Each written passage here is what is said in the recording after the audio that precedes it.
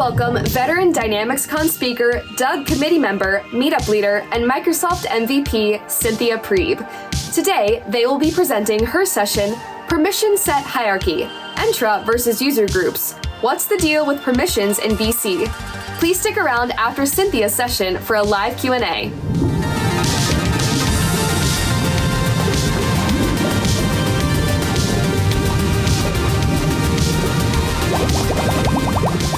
Hello, everybody. Welcome to the session about permissions. Probably the most exciting session you're going to attend all day. Maybe not, but hopefully I'll be able to answer some questions for you. So what is the deal with permissions in Business Central? Before we get started, let me share with you a little bit about myself. I've been working with Business Central, NAV before that, for about 20 years. And what I want you to understand is, number one, I'm really passionate about this solution. I think it's absolutely amazing. Business Central is something that I have a love-hate relationship with.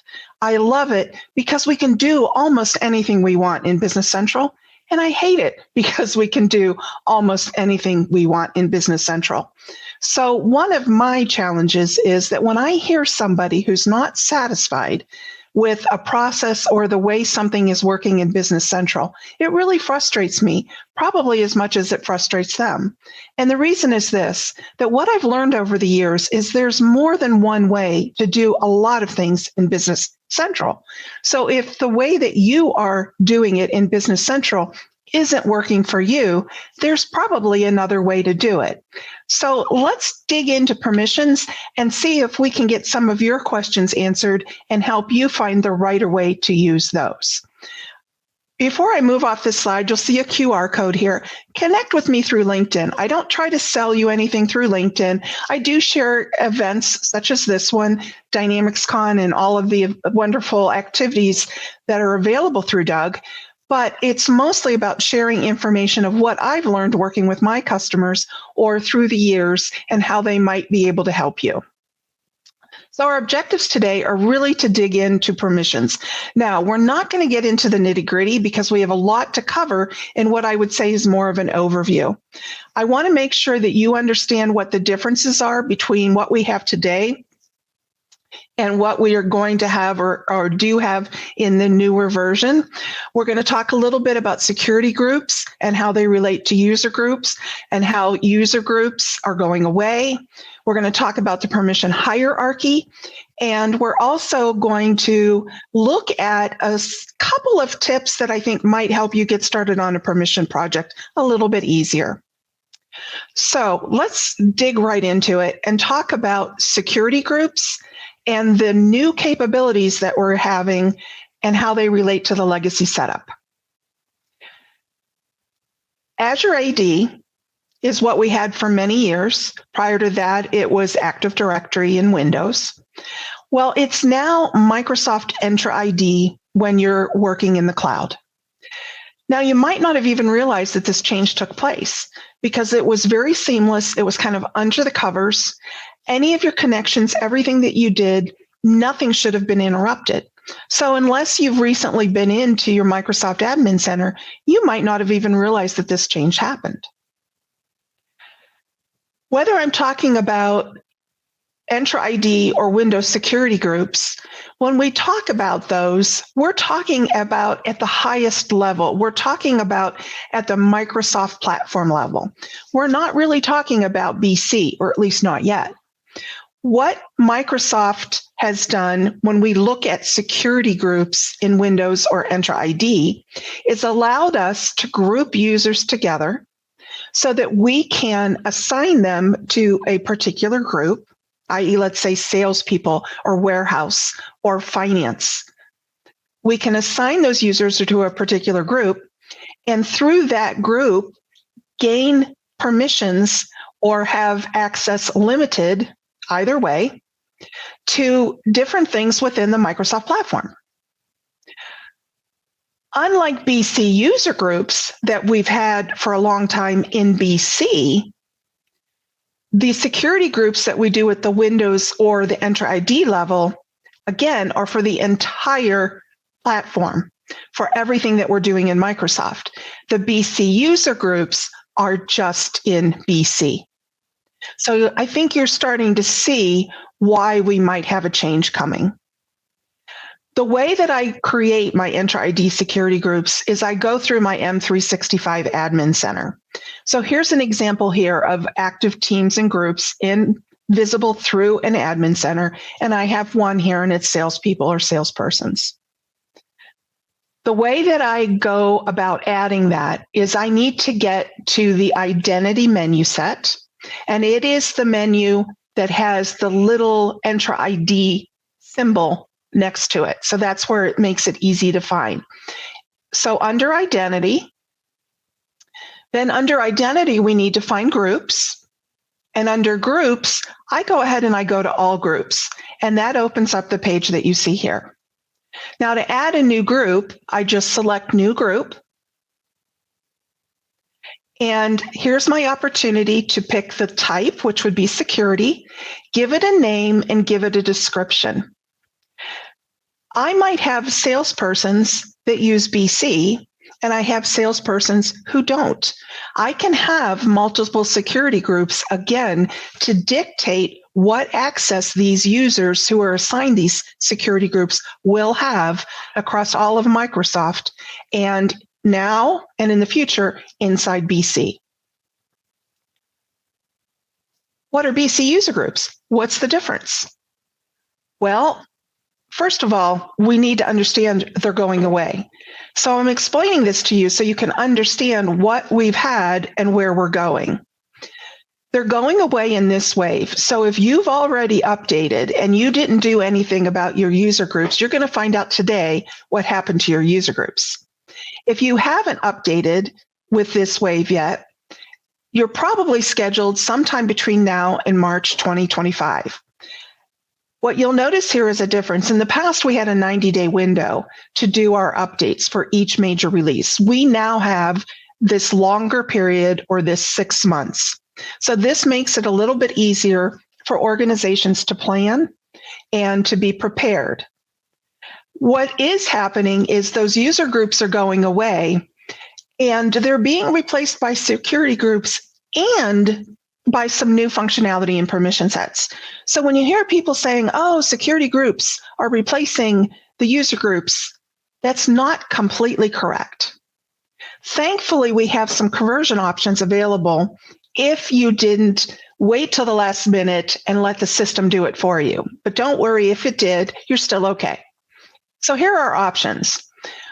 We can choose to create and assign a new permission set for each one of our user groups. So if I have a user group for salespersons and I have a user group for finance and I have a user group for warehouse, those user groups in our current, prior to this deprecated functionality, are collections of permission sets.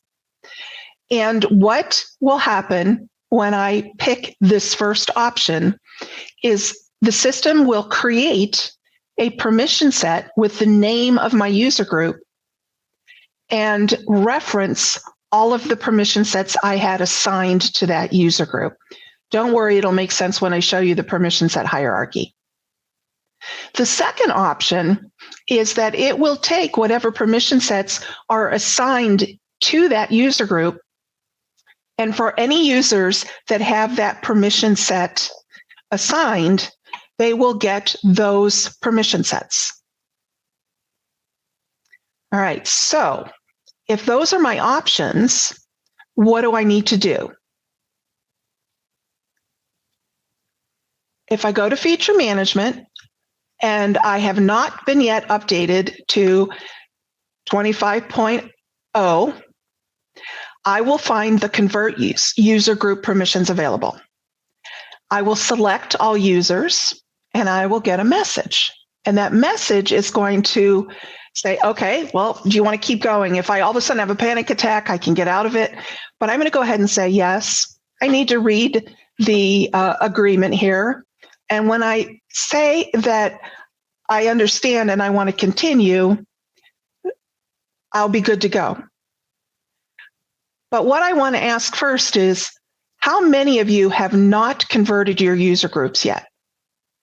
So go ahead and enter into the chat, not yet. Okay, we've got quite a few. Great. Then you're learning this right on time. And I'm sorry if you're on-prem. You'll still get something out of this session, obviously. I'm just joking. All right. So convert the user groups to permission sets.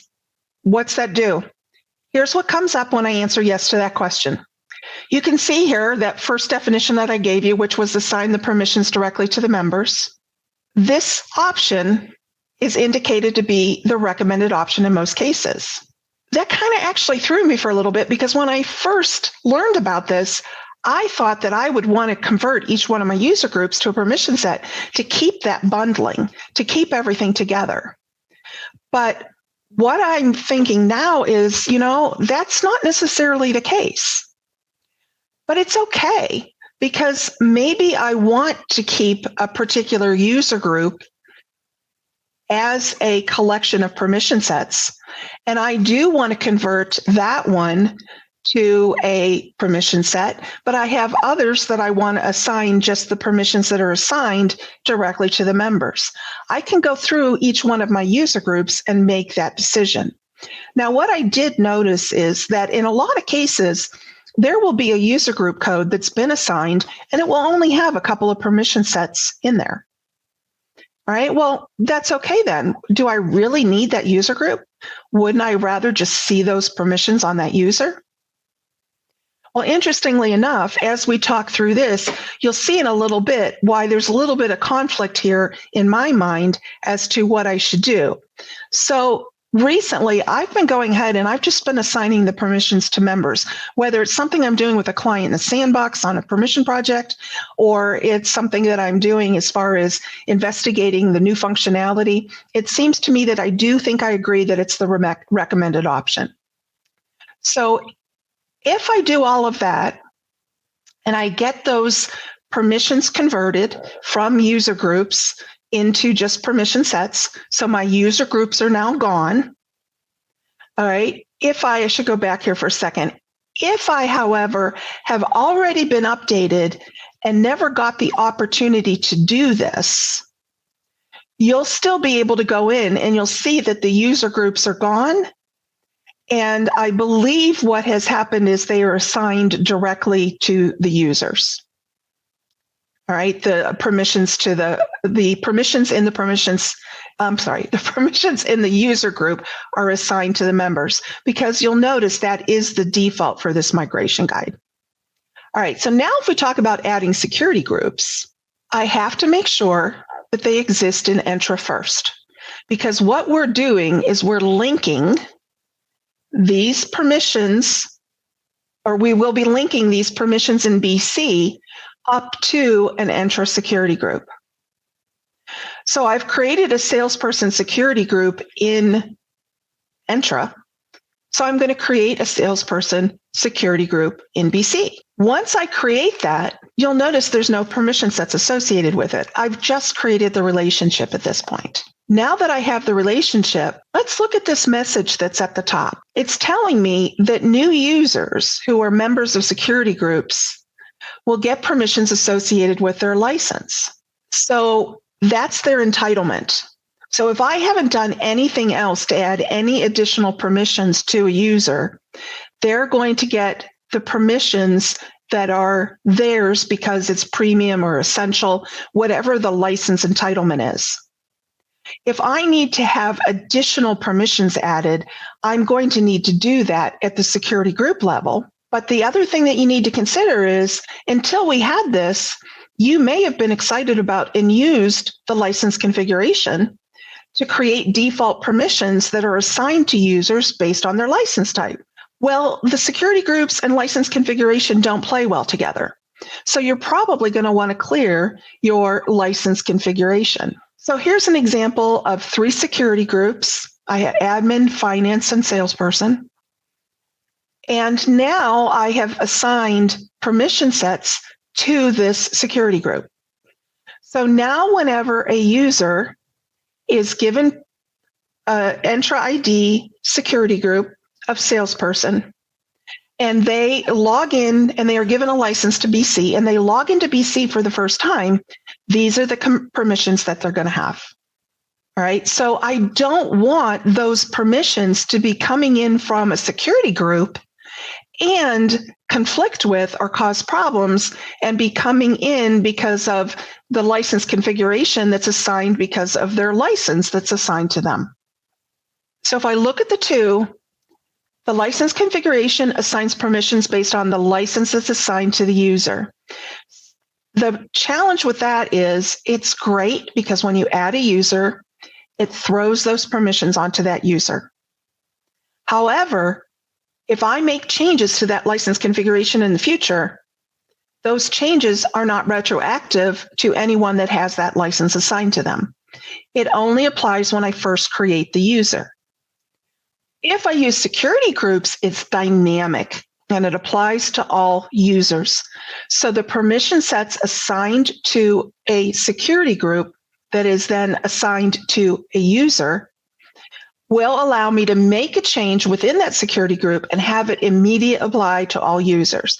This is important when Microsoft adds some new functionality. Maybe they add something like they did with the dimension correction, and I want all my finance users to have that permission set assigned to them. All I have to do when I have security groups is go add it to that security group for finance.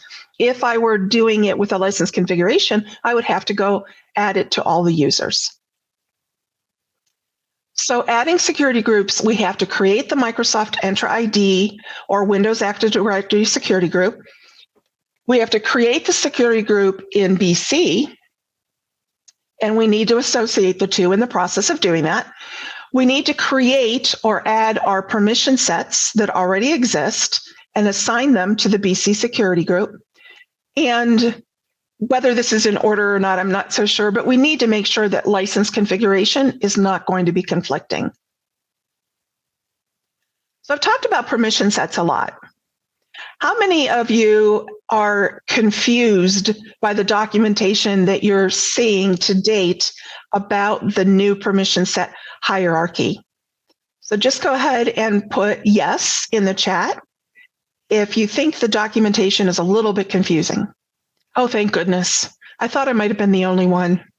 I'll tell you what, I read and reread the documentation, and I actually had to spend a lot of time with some of the wonderful people at Microsoft at one of the partners conferences trying to get it figured out. And I'm still to this day learning.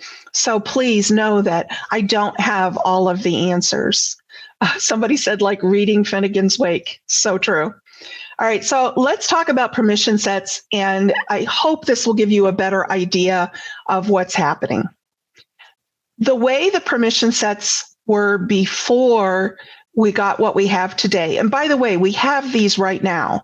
The user groups, that deprecation is coming our way. The permission set structure we currently have.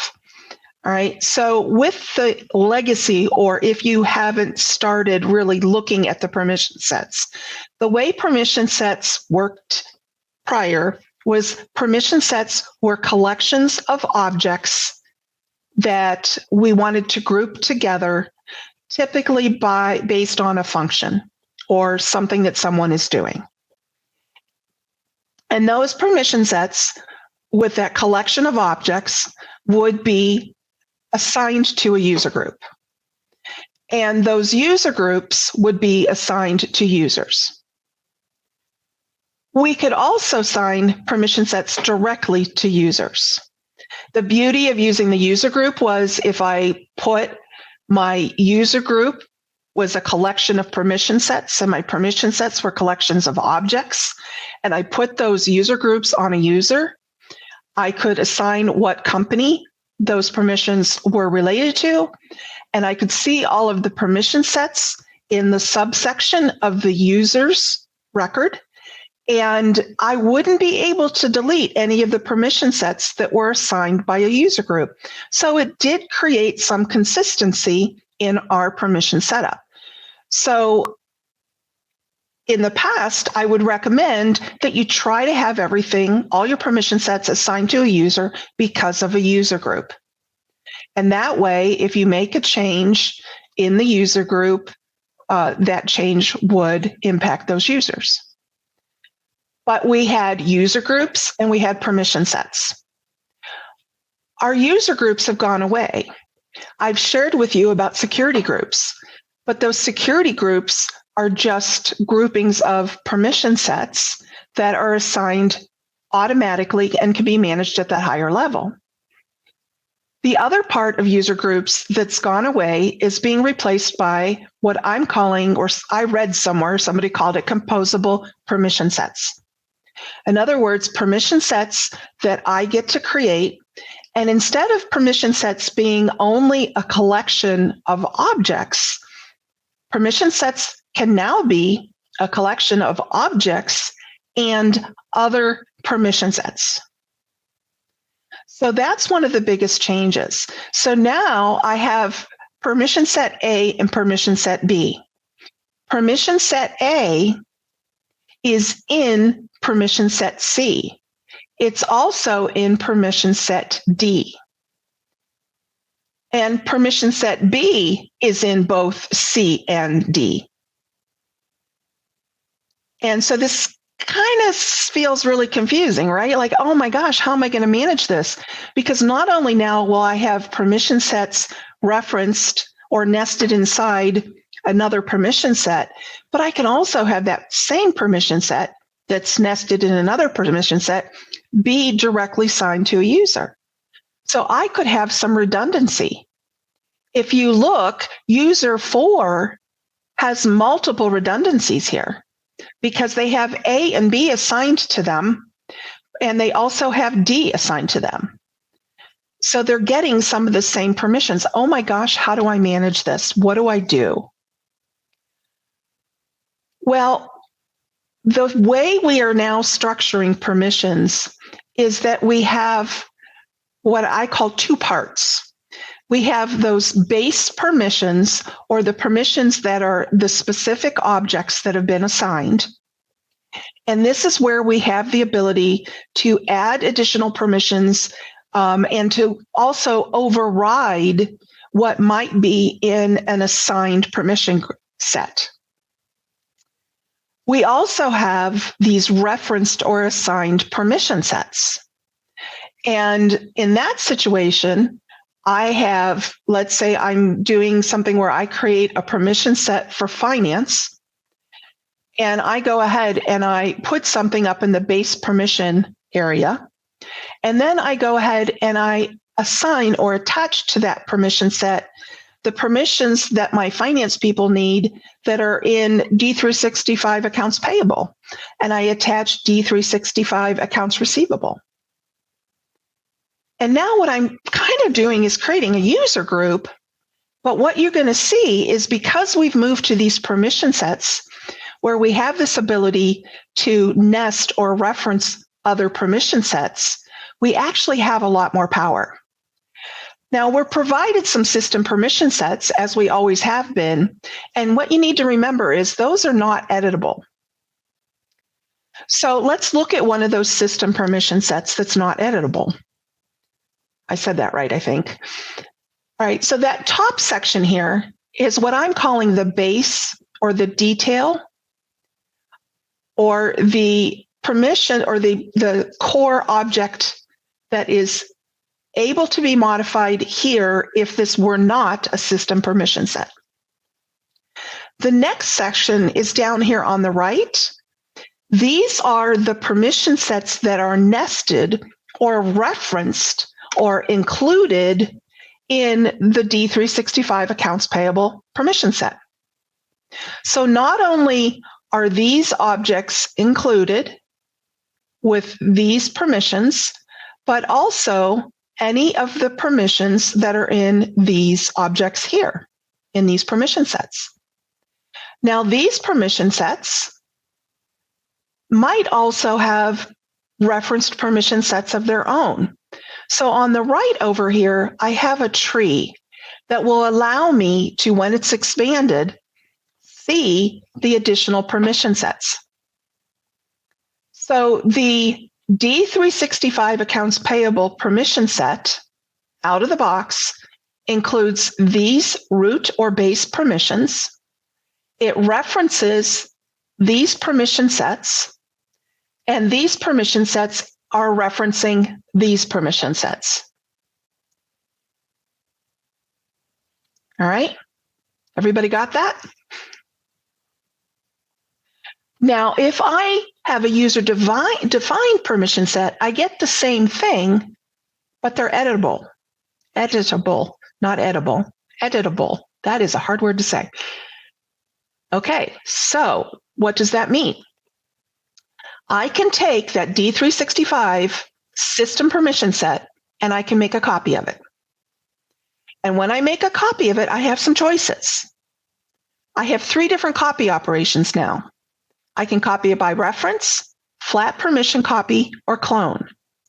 And when I make those copies, I can be notified on the change of the permission set that I'm copying from. So if Microsoft makes a change to D365 accounts payable, and I am using that to make a copy, I will see in a list when I do an update that there's been a change that's been made to the D365 accounts payable permission set. So then I can go find all of my permission sets and determine whether or not I need to also do anything with those. But that's going to be less necessary when you see the rest of what I'm going to explain about the hierarchy. So let's look at, here's an example of each one of the types of copies. I did a flat copy, a clone copy, and a copy by reference. So if I look at the clone copy, you'll see here it looks just like the original, but you'll notice it's now a tenant copy or a user defined. If I look at the flat, what it's done is it's flattened everything out. Great name for it. It has taken all of the referenced permission sets, all of the permissions in the referenced permission sets of the referenced permission sets, and put them all up at the base, which I have not yet had a need to do. The one that I use most frequently is the referenced. And that is where there's nothing up here in the base area, but I do have one referenced permission set, and it's my accounts payable one. And I can still go over to my results and see the whole tree and everything that's included here. You'll notice up in the top, in that override area or that base area, there isn't anything. This is where I get my opportunity, and this is where the power comes in, where I can exclude or include what I want for my users who are accounts payable users that are included automatically because of the accounts payable that I referenced. This is where I get to override what's included. So let's look at exclude first. This is where I can put in an object, a table. Let's say that I don't want my AP people to have all of the permissions that are assigned by the accounts payable one that I've referenced, and I don't want them to have everything related to customers. So what I can do is I can come in and I can exclude customers up in that override or that base area. So I would add a road for exclude and indicate what permissions that are included down below I'm excluding. I can also do the opposite and include. Maybe resources are not included in accounts payable, and for some reason, my accounts payable people need access to the resource list page and records. I can include that resource table and set the appropriate permissions. This is where testing comes in and is really important. But the reason that I like this is because no matter what I do, no matter what permission sets I add, no matter how nested they are, I can always come in and use effective permissions on a user and see everything flat to see what permissions they have. This has not changed. Effective permissions is your friend. It is probably one of your most valuable troubleshooting tools. Now, before you say anything, This is a problem. Look at all the permission sets that are assigned to this user. This isn't what we should see moving forward. We should see very little here because ideally I'm using security groups. Now, if you're in an organization where you need more control over your security and you are concerned about the IT department having all of that control with security groups, cover your ears, IT departments, then maybe you don't want to use security groups. So one thing that I haven't said so far is you don't have to use security groups. You can absolutely not do that, set up your BC permissions, and manage everything in BC. But I would suggest that you would use security groups unless there's a reason you shouldn't. So back to effective permissions. So what's happening here is I have the ability to see everything that's assigned to this user and what the permissions are. One of the great things about this solution and this way of doing things is that this adheres to the Microsoft pattern of using table data as a way to secure things. And the reason I bring that up is too many times I will see where someone has disallowed access to a particular page for a user because they think if they do that, they can't get to that data because they can't get to the page. But I've already told you there's more than one way to do most things in Business Central. So I'm going to tell you also that there's more than one way to get to data in Business Central. So if you truly want to lock down data, you need to do it at the table data level. Now, what is the situation where a set can't replace a group? So for example, I have a user group with a grouping of permission sets, and I want to use one of the new referenced permission set structured permission sets to replace one of my groups. Well, it can't in some situations, and I can give you one that I found out, and this one took me forever to figure out. And by the way, it's an ongoing process because I still have users who reach out to me about this where it's not working. And that is to limit the view of GL entries while still allowing the user to select the GL account in a transaction. So I want someone in AP, and by the way, I'm not picking on AP people, it's just a great example to use for everything in this presentation.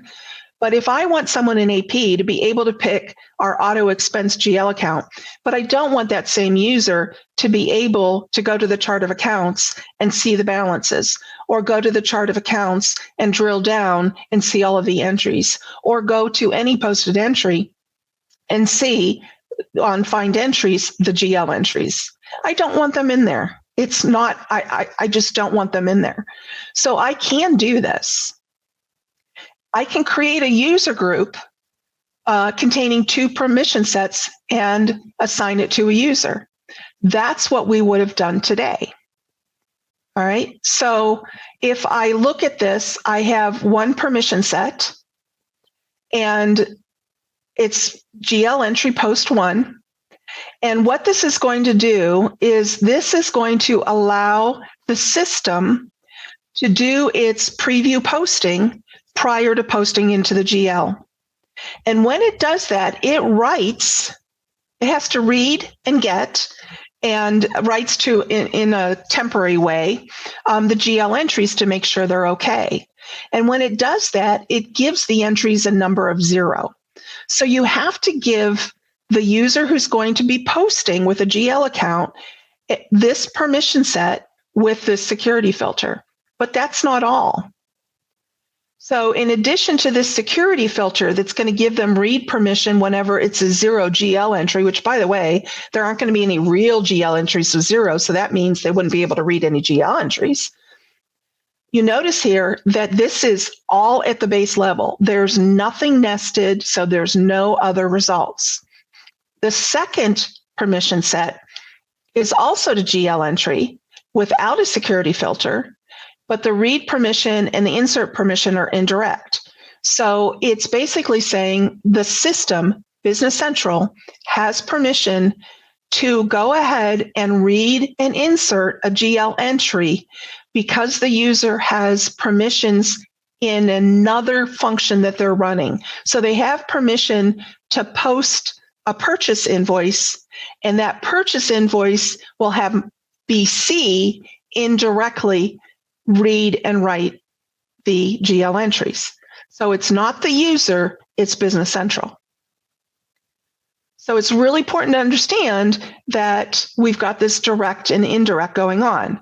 Now, in previous environment, I would put both of these permission sets in a user group and assign that user group to the users that I needed to have this limitation.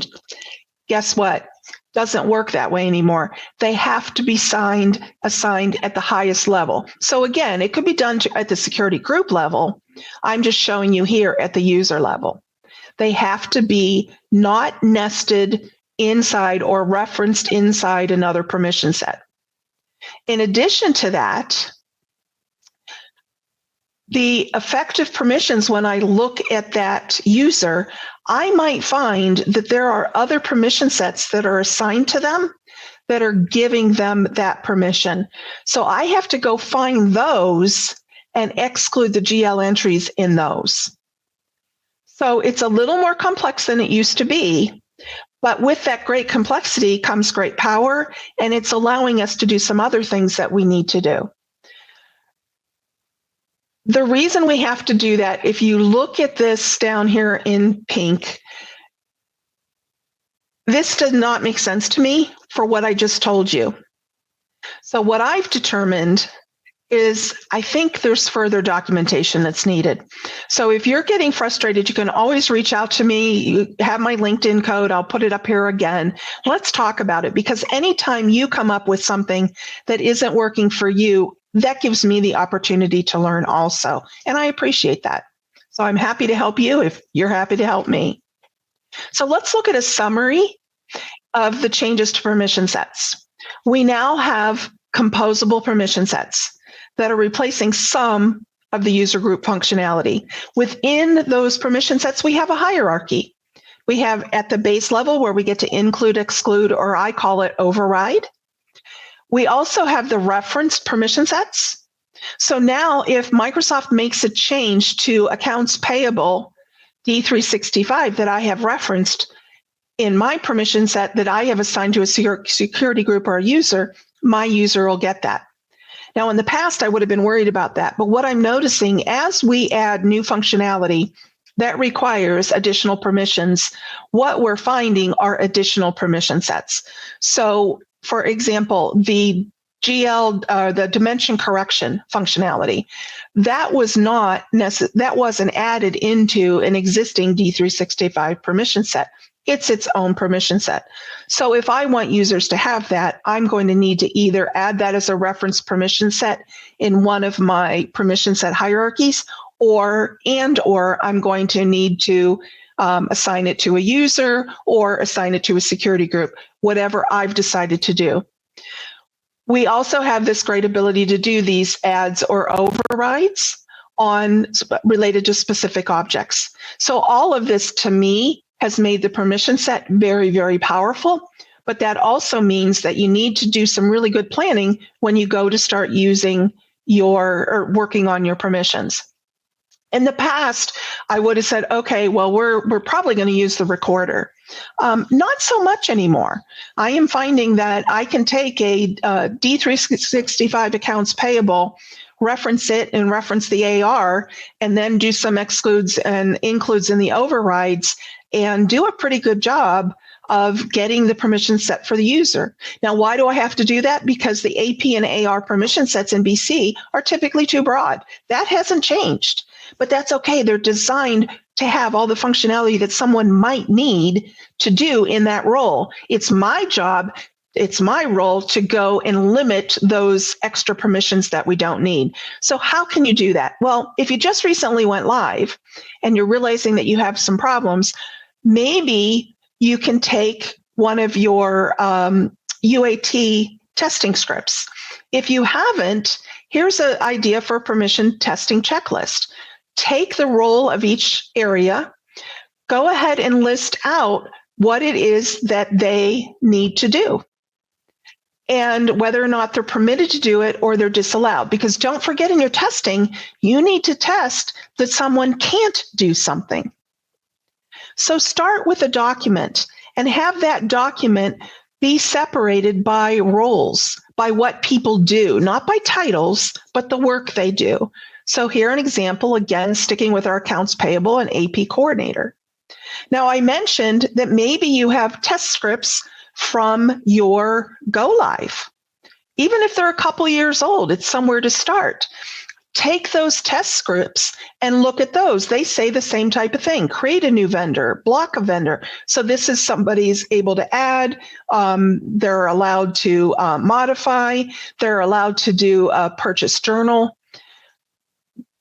But it's all about documenting it, figuring out what they're allowed to do, making note of what they're not allowed to do and testing that, and then going ahead and documenting what you expect to happen, what did happen, what you had to change, and then test it again. All right? There's no magic bullet. It's a lot of work. But once you get it set up with the changes that have been made, I truly believe it's going to be easier to maintain. Now, you might have requirements that are not covered by the standard functionality. Do you need an app for that? You might. So I went out to AppSource and I searched on permission, 55 results. I searched on security, 269 results. Here's what I do. I go out to AppSource and I favorite the ones that I like to work with. And everyone has their own favorites. I focus on companies that have been around for a while, that have owners or ownership and solution architects that are from that field, i.e. security, permissions, warehouse, tax, whatever it might be. I also look for reputation. I look for how many stars they have, although it's really hard to get people to do reviews. I understand that.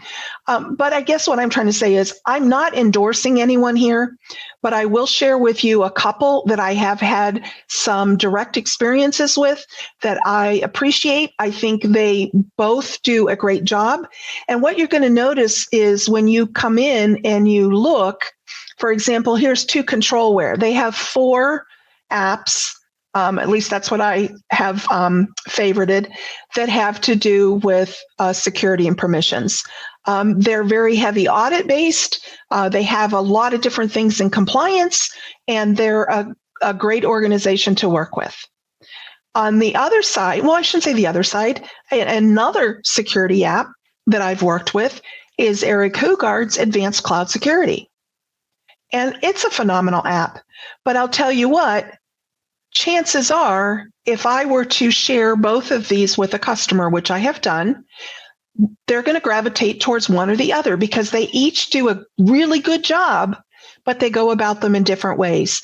Just like I said about Business Central, there's more than one right or way to do things in Business Central. And by the way, these are not the only apps that are out there. You saw that 269 with security. Some of them are not, for the states, but that doesn't mean that they won't work. So you really need to do your due diligence to figure out what's right for you. So here's my LinkedIn, and we'll go live here with any questions. I'm going to look through the chat and see what I can answer for you.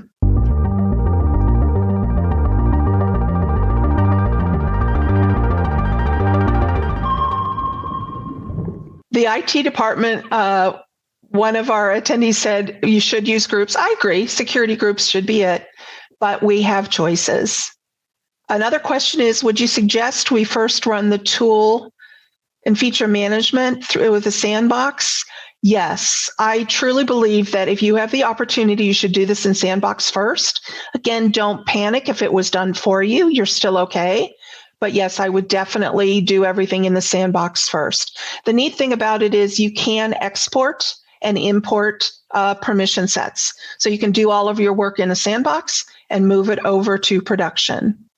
Let's see. And Microsoft adding the ability to sign in as a user in order to properly test new permission changes without having to constantly bother the user. Are they adding the ability? I know there's been a request for that, but what I usually recommend is for at least the duration of your permission project. In fact, I just had a client do this. Go ahead and purchase a month-to-month license. Again, you could do an annual one, but a license and call it testing. And that way, what you can do is you can do your work and then you can log in, set up a, an edge profile for that testing user. And you can make changes using one edge profile as your regular user, and then go in as that testing user and make the testing change or the changes. Huge game changer. Thank you for bringing that up. I probably should include that in my slides. Although this is an overview, actually there's a whole lot more to it than this, isn't there? Let's see, new messages. Roles is the missing link in the permissions hierarchy. Again, I think that's kind of where the security groups come in and pick up the piece. In Entra, what are the permissions needed to create security groups? In Entra, the permissions needed to create security groups in BC is the security. There's actually a permission set that's called that has security in the name. So I usually just search for the security permission set. Interestingly enough, super, like it was with nav, is not as super in BC. Many of the IT or admin, BC admin related permissions are now in their own permission sets. So be aware of that. Can you provide an approximate timeline for moving to security groups? I'm not sure if you could maybe clarify that question to tell me what you mean by timeline. The security groups are happening. I mean, they exist now. As far as how long it would take for you to get from your current structure to what it should be, it's dependent on the company. I believe the question is, will this video be available on YouTube? Yes, we already got an answer. It will be on YouTube. So thank you so much, everybody, including Dynamics User Group, for giving me this opportunity.